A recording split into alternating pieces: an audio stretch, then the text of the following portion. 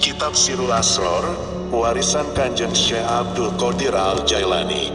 Kitab ini mengungkap berbagai misteri kehidupan, baik di dunia maupun akhirat, yang selalu relevan dengan kehidupan masa sekarang ini. Sejak lama, manusia selalu membahas tentang suatu keinginan perjumpaan dengan Allah. Apakah hal itu mungkin? Manusia akan berjumpa dengan Tuhan di dalam kehidupan ini. Ruh Ilahi Channel mempersembahkan. Subscribe, tekan tombol notifikasinya, oke? Bismillahirrohmanirrohim.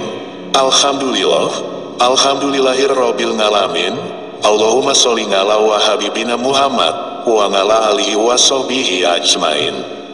Amma ba'du, segala puji dan puja untuk Allah, Tuhan yang Maha Pengasih lagi Maha Penyayang. Dia yang mengumpul segala pengetahuan di dalam zatnya, dan Dia jugalah pencipta dari segala pengetahuan dengan keabadian. Segala perwujudan yang ada di dunia dan alam raya ini bersumberkan dari wujudnya, yaitu wujud dari Allah Azza wa Jalla. Dalam artiannya, apa yang tercipta di alam raya ini, itulah perwakilan yang mewujud dari Allah. Pemahaman kita mengenai hal tersebut yaitu, bahwasanya setiap benda pasti ada yang menciptakan, dari mulai tanaman, rumput, pepohonan, hewan, dan hingga manusia dan makhluk-makhluk gaib. Itu semua perwujudan dari kuasanya Allah dalam penciptaan dan kuasanya Allah untuk menghilangkan. Segala puji bagi Allah, karena sifat Rahman dan Rahimnya Allah, sehingga Allah tidak ingin makhluk ciptaannya itu masuk neraka. Maka Allah menurunkan Quran yang mulia, agar manusia bisa terhindar dari neraka, karena seluruh petunjuk, larangan maupun jalan menuju kembali kepada Allah, telah dituliskan di dalam Al-Quran tersebut. Nah, inilah alasannya kenapa Allah Subhanahu wa Ta'ala menurunkan Al-Quran yang agung ini. Hal yang sebenarnya adalah untuk memperingatkan manusia agar tidak tersesat ketika ingin kembali ke hadirat Allah. Allah Ta'ala telah memilih seorang makhluk mulia untuk membimbing dan memandu manusia pada jalan yang benar. Beliaulah Muhammad Rasulullah. Sholawat dan salam atas Nabi Muhammad Sallallahu Alaihi Wasallam, yang mendapatkan petunjuk dan bimbingan secara langsung dari Allah Subhanahu wa Ta'ala. Baginda Nabi Muhammad inilah Nabi yang sekaligus Rasul terakhir, sebagai penyambung dari rantaian kenabian yang diutus di dunia ini. Semoga kesejahteraan dan keberkatan yang melimpah-limpah dikaruniakan kepada junjungan kita Nabi Agung Muhammad, beserta seluruh keluarga dan para sahabat-sahabatnya. Allah berfirman di dalam surah Al-Fatir ayat 32. Suma awrasna al-kitab allazina istofaina min ibadina faminhum dolimun linafsihi wa minhum muqtasidun wa minhum sabikun bil khairuti biisnillahi jalikahu wal fadlul kabir. Kemudian kitab itu kami wariskan kepada orang-orang yang kami pilih di antara hamba-hamba kami, lalu di antara mereka ada yang menganiaya diri mereka sendiri, dan di antara mereka ada yang pertengahan, dan di antara mereka ada pula yang lebih dahulu berbuat kebaikan dengan izin Allah. Yang demikian itu adalah karunia yang amat besar.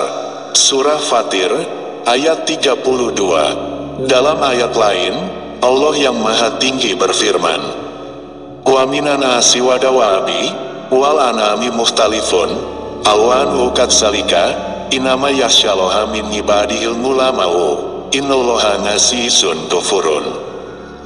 Dan demikian pula di antara manusia, binatang-binatang melata dan binatang-binatang ternak, ada yang bermacam-macam warna dan jenisnya. Sesungguhnya yang takut kepada Allah di antara hamba-hambanya hanyalah ulama. Sesungguhnya Allah Maha Perkasa lagi Maha Pengampun. Surah Fatir ayat 28. Nabi Muhammad bersabda, pada hari pembalasan, Allah akan mengumpulkan sekalian manusia, kemudian mengasingkan yang berilmu di antara mereka, dan berkata kepada mereka, wahai orang-orang yang berilmu, aku karuniakan kepada kamu ilmuku, karena aku mengenali kamu. Tidak aku karuniakan hikmah nyata kepada kamu, untuk aku hukumkan kamu pada hari ini. Masuklah ke dalam surga-surgaku, aku telah ampunkan kamu. Segala puji milik Allah, Tuhan sekalian alam. Allah karuniakan mahom yang tinggi kepada hamba-hambanya, yang taat dan memelihara mereka daripada dosa, dan menyelamatkan mereka. Allah memberkati setiap ahlu hikmah. Allah yang maha tinggi, menciptakan cahaya Muhammad atau Nur Muhammad, dari cahaya suci keindahannya. Dalam hadis qudsi, Allah berfirman, aku ciptakan ruh Muhammad dari cahaya wajahku. Nabi Muhammad SAW pun bersabda, mula-mula Allah ciptakan ruhku. Pada permulaannya diciptakannya sebagai ruh suci. Mula-mula Allah ciptakan kolam. Mula-mula Allah ciptakan akal. Apa yang dimaksudkan sebagai ciptaan permulaan itu ialah ciptaan hakikat kepada Nabi Muhammad SAW. Kebenaran tentang Muhammad yang tersembunyi. Dia juga diberi nama yang indah-indah. Dia dinamakan Nur, cahaya suci, karena dia dipersucikan dari kegelapan yang tersembunyi, di bawah sifat jalalnya Allah. Allah yang maha tinggi berfirman, ya ahlal kitabi, qad ya'akum rasuluna yubayyinu lakum katsiron, mimma kuntum tufuna, minal kitabi wa yafu an katsirin, qad ya'akum minallahi nurun wa kitabun mubinun. Hai ahli kitab, sesungguhnya telah datang kepadamu Rasul kami, yang menjelaskan kepadamu banyak dari isi Alkitab Al-Quran yang kamu sembunyikan, dan banyak pula yang dibiarkannya. Sesungguhnya telah datang kepadamu cahaya dari Allah, dan kitab yang menerangkan. Dialah yang dinamakan akal yang meliputi akal keseluruhan karena dia telah melihat dan mengenali segala-galanya. Dia dinamakan kolam karena dia menyebarkan hikmah dan ilmu, dan dia mencurahkan ilmu ke dalam huruf-huruf. Roh Muhammad adalah zat atau hakikat terhadap segala kejadian permulaan dan kenyataan alam maya. Baginda Rasulullah menyatakan hal ini dengan sabdanya, aku daripada Allah dan sekalian yang lain daripadaku. Allah yang maha tinggi menciptakan sekalian roh-roh daripada roh Nur Muhammad di dalam alam kejadian yang pertama, dalam bentuk yang paling baik. Muhammad adalah nama kepada sekalian kemanusiaan di dalam alam arwah. Dia adalah sumber, asal-usul dan kediaman bagi sesuatu dan segala-galanya. 4.000 tahun selepas diciptakan Nur Muhammad, Allah kemudian ciptakan Arasy dari cahaya mata Nur Muhammad. Dia ciptakan makhluk yang lain dari Arasy. Kemudian Allah hantarkan roh-roh itu turun kepada peringkat penciptaan yang paling rendah, kepada alam kebendaan, alam jirim dan badan. Hal tersebut terdapat pada surah Tin ayat kelima. Suma rodatnahu asfala safilin. Kemudian kami kembalikan dia ke tempat yang serendah-rendahnya neraka. Allah turunkan nur itu dari tempat ia diciptakan, dari alam lahut, yaitu alam kenyataan bagi zat Allah, bagi keesaan, bagi wujud mutlaknya, kepada alam nama-nama ilahi, kenyataan sifat-sifat ilahi, alam bagi akal asbab kepunyaan roh. Di sana, dia pakaikan roh-roh itu dengan pakaian nur atau cahaya. Dengan berpakaian nur atau cahaya, mereka turun kepada alam malaikat. Inilah yang dinamakan roh rohani. Dan kemudian Allah arahkan mereka turun pada alam kebendaan, alam jirim, air, api, tanah dan angin. Inilah Nur Muhammad menjadi roh manusia. Kemudian dari dunia ini, Allah ciptakan tubuh yang berdaging, berdarah.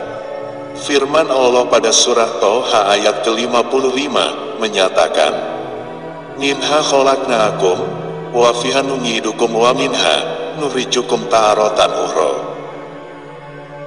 Dari bumi, tanah itulah kami menjadikan kamu dan kepadanya kami akan mengembalikan kamu dan daripadanya kami akan mengeluarkan kamu pada kali yang lain. Kemudian Allah jadikan kamu, dan kepadanya kamu akan dikembalikan, dan daripadanya kamu akan dibangkitkan lagi. Nah, dari penjelasan surah Toha ini, Allah memasukkan roh-roh tersebut ke dalam badan-badan menurut kehendaknya. Firman Allah pada surah Shot ayat 72, Allah menyatakan, Fa'ija sawaituhu wa nafakhtu fihi min ruhi faqamu lahu sajidin. Maka apabila telah kusempurnakan kejadiannya dan kutiupkan kepadanya roh ciptaanku, maka hendaklah kamu tersungkur dengan bersujud kepadanya. Sampai masanya roh-roh itu terikat dengan badan, dengan darah dan daging dan kebanyakan lupa kepada asal-usul kejadian dan perjanjian mereka. Mereka lupa ketika Allah ciptakan mereka pada alam arwah. Pada masa di alam arwah, Allah telah bertanya kepada mereka, apakah aku Tuhan kamu? Mereka telah menjawab, iya, engkau Tuhanku. Mereka lupa kepada ikrar mereka. Mereka lupa kepada asal-usul mereka, lupa juga kepada jalan untuk kembali kepada tempat asal mereka. Tetapi karena Allah itu Maha Penyayang, Maha Pengampun, sumber kepada segala keselamatan dan pertolongan bagi sekalian hamba-hambanya. Allah mengasihani mereka, makanya kemudian Allah menurunkan kitab-kitab suci dan rasul-rasul kepada mereka untuk mengingatkan mereka tentang asal-usul mereka, serta tempat kembalinya mereka ke haribaan Allah Subhanahu wa Ta'ala. Demikian Sobat Ruh Ilahi, semoga apa yang saya bagikan ini, setidaknya dapat mengingatkan kita kembali, dan semakin menambah ketaatan kita untuk bersujud kepada Allah Subhanahu wa Ta'ala. Semoga bermanfaat apa yang telah saya sampaikan. Sekali lagi saya mengajak sobat semua untuk mengingat kembali tentang asal-usul kita ini. Wabillahi taufik wal hidayah. Wassalamualaikum warahmatullahi wabarakatuh.